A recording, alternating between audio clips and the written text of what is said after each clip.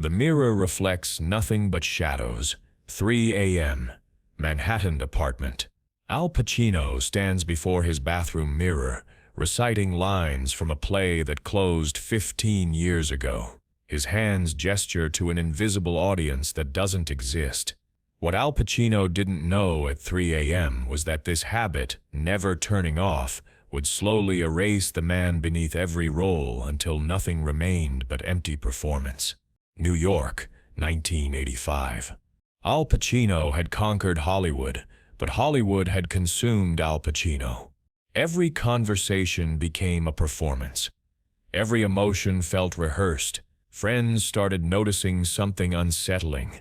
He never seemed to turn off.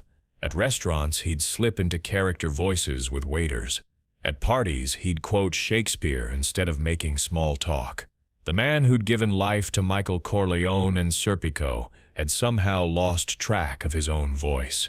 But tonight would be different. Tonight, someone would finally ask the question that would shatter everything Al Pacino thought he knew about himself. The phone rings constantly in his Upper West Side apartment. Strangers call the house, somehow getting his number through industry contacts. Can you do the Serpico voice? Say something like Scarface. They hang up giggling, satisfied with their celebrity interaction. On the street, people don't just want autographs. They want performances. They expect intensity, expect theater, expect the Al Pacino they've seen screaming on screen. A woman approaches him outside a coffee shop, asking him to do the thing while her friend records on a primitive camcorder. But Pacino hadn't realized yet. This wasn't a phase. It was becoming permanent.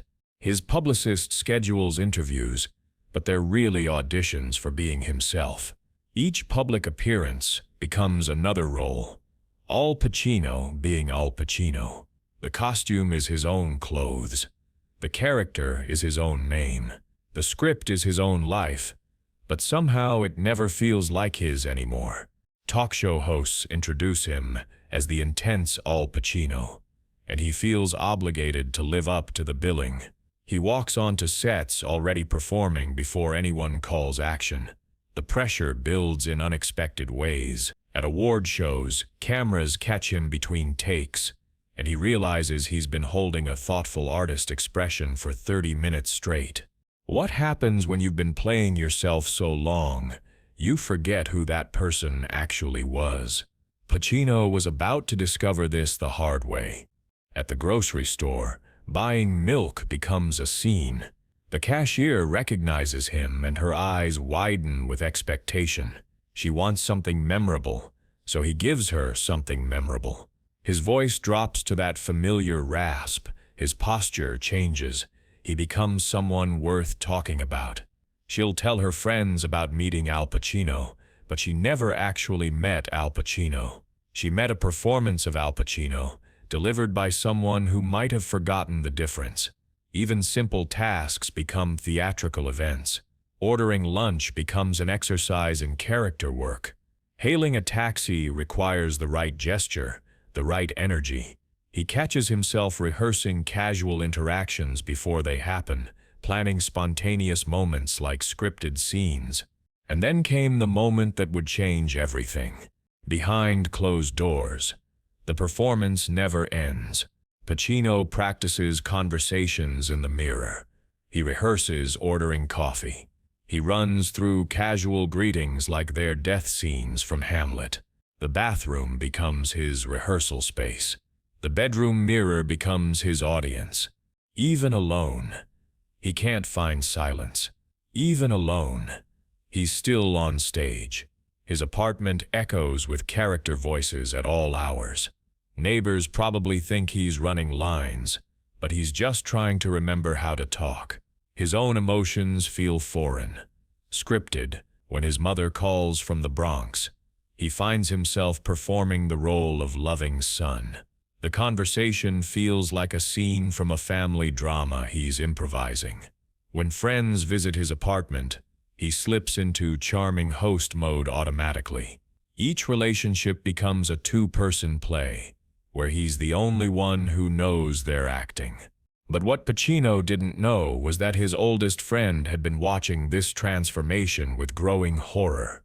The kitchen becomes a set where he performs man making breakfast.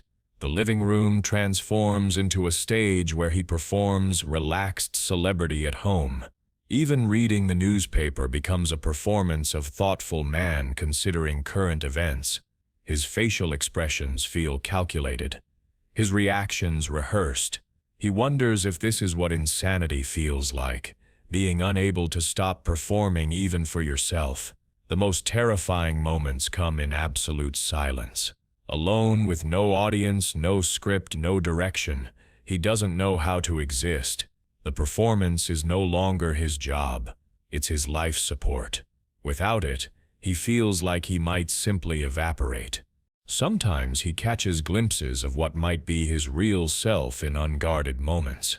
A genuine laugh that escapes before he can shape it into something more interesting. A moment of actual surprise that feels unperformed. But these flashes are so rare, so brief, that he begins to wonder if he's imagining them. Maybe there never was a real Al Pacino. Maybe it was always just different versions of the same performance. But tonight, his oldest friend Charlie would put that question to the ultimate test. Charlie's dinner invitation seemed innocent enough over the phone. Just us. No cameras, no Hollywood people, like the old days.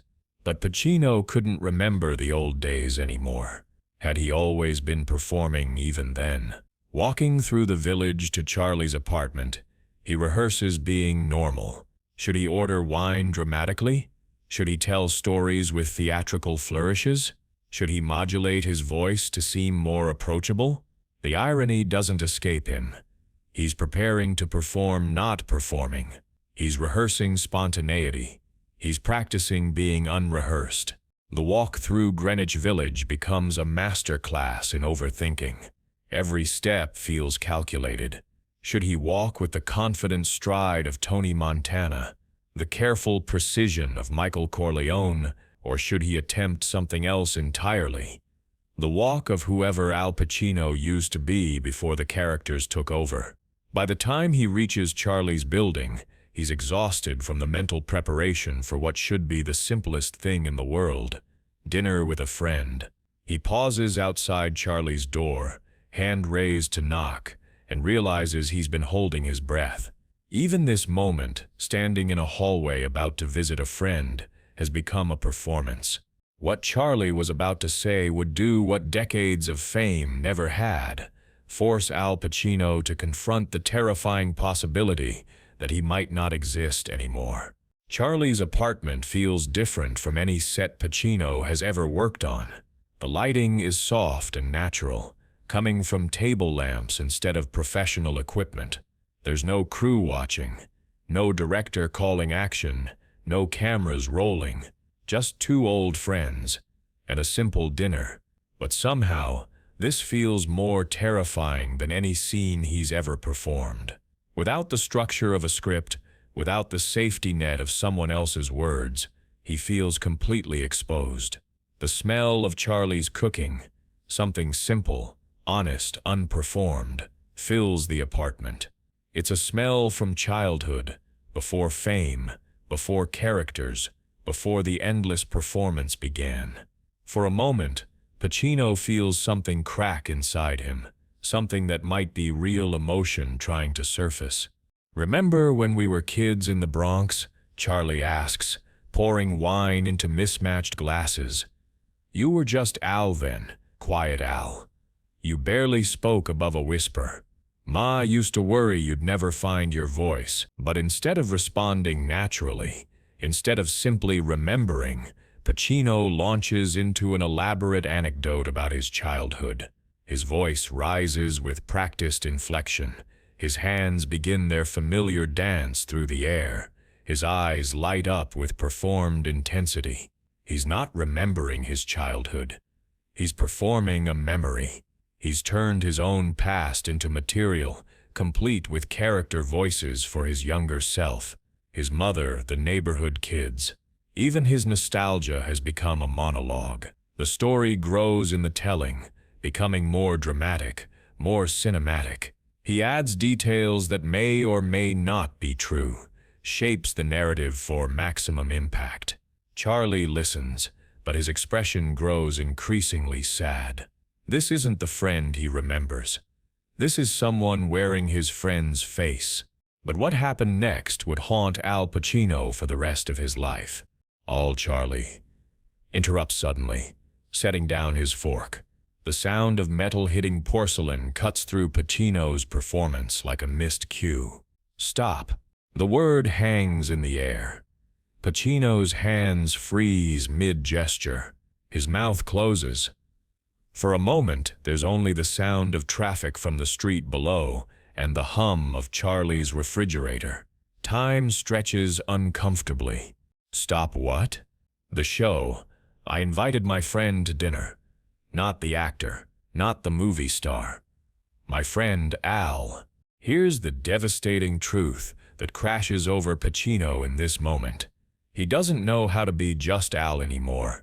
He stares at Charlie across the small table, genuinely confused. The performance isn't a choice anymore. It's who he's become. It's how he breathes. It's how he exists in the world. Without it, he's not sure there's anything left. I don't know what you mean, Pacino says, but his voice cracks. For the first time in years, it's not an acting choice. It's just fear. When's the last time you had a conversation without quotation marks around it? Charlie asks, leaning forward. When's the last time you felt something without immediately turning it into a scene? The question detonates something inside Pacino. He tries to answer naturally, simply, but every word feels forced, artificial. He searches for his real voice, his authentic response, but comes up empty. He's forgotten how to be unrehearsed. He's forgotten how to just exist without an audience, even an audience of one. In that silence, Al Pacino understood something terrifying. The performance wasn't covering him anymore. It was all that was left. 20 agonizing minutes of silence follow. Two old friends sit across from each other, but only one of them is really there. The other is lost somewhere between Tony Montana's rage and Michael Corleone's ice, unable to find his way back to just being human. Charlie waits patiently, hopefully, but the man he invited to dinner never shows up. Finally, Pacino speaks. But even his attempt at honesty sounds rehearsed. I think I've forgotten how to be me. The words hang in the air, but they feel like lines from a play about someone who's forgotten how to be themselves. But the damage was already done. What Charlie witnessed that night would spread through Hollywood like wildfire. That night changed everything, and nothing. Pacino went home and stared at himself in the mirror for 3 hours, not practicing, not performing, just looking for someone he used to know. He found only characters staring back, familiar faces wearing his features, but none of them him. He tried to remember what it felt like to be spontaneous, to be surprised by his own thoughts, to exist without an audience.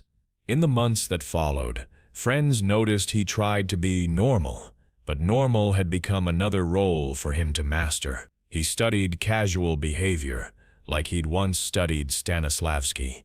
He practiced spontaneity like it was a monologue from Chekhov. He researched how regular people talked, moved, existed. He watched strangers in coffee shops, trying to understand how they managed to simply be without constantly performing. He hired a therapist, but even in therapy, he found himself performing the role of troubled celebrity seeking help. His confessions felt scripted. His breakthroughs seemed choreographed. The therapist suggested meditation, but even sitting in silence became a performance of man meditating. He couldn't find stillness because stillness required an authentic self to be still, and he wasn't sure that person existed anymore. But here's what no one understood. The transformation was irreversible. The cruel irony was that the more he tried to stop acting, the more artificial he became. Authenticity had become his most challenging performance, Every attempt at being genuine felt like a lie. Every moment of supposed honesty felt rehearsed. He was method acting normalcy and failing miserably at it. His relationships began to suffer as people realized they'd been talking to a collection of characters for years, not a person. Some friends left, exhausted by the constant performance. Others stayed, but their conversations became strained, artificial. They found themselves wondering if the alley they'd loved had ever really existed, or if he'd always been an elaborate illusion. Women he dated complained that even in intimate moments, he seemed to be performing intimacy rather than feeling it. The saddest part wasn't that Al Pacino couldn't stop acting.